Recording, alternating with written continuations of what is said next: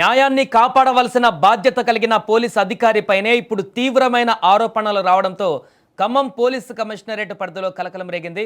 బాధితురాలికి రక్షణ కల్పించవలసినటువంటి స్థానంలో ఉన్న సిఐ ఆమెను లోబర్చుకొని గర్భవతిని చేశాడన్న ఆరోపణలు ఇప్పుడు సంచలనంగా మారాయి. 2023లో కుటుంబ సమస్యలపైన ఫిర్యాదు చేయడానికి వెళ్లిన వివాహితను సిఐ రాజు నాయక్ మాయమాటలతో వలలో వేసుకున్నారని బాధితురాలు ఇప్పుడు ఆరోపిస్తోంది.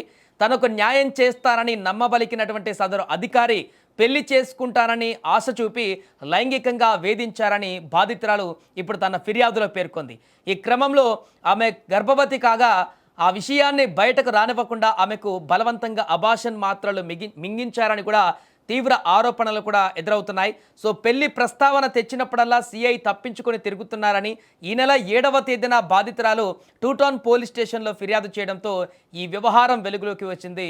ఇక ఈ ఘటనపైన ఉన్నతాధికారులు చేపట్టిన ప్రాథమిక విచారణలో సదరు సిఐ పైన వచ్చిన ఆరోపణలకు సంబంధించి ప్రాథమిక ఆధారాలు లభ్యమైనట్టుగా సమాచారం. దీంతో వెంటనే స్పందించిన ఉన్నతాధికారులు రాజు నాయక్ను హైదరాబాద్ డీజీపీ కార్యాలయానికి అటాచ్ చేస్తూ ఉత్తర్వులు జారీ చేశారు. ప్రస్తుతం సిఐ అందుబాటులో లేకపోవడం, కేసు నమోదు కాగానే పరారీలో ఉండడం పలు అనుమానాలు కూడా దావిస్తుంది.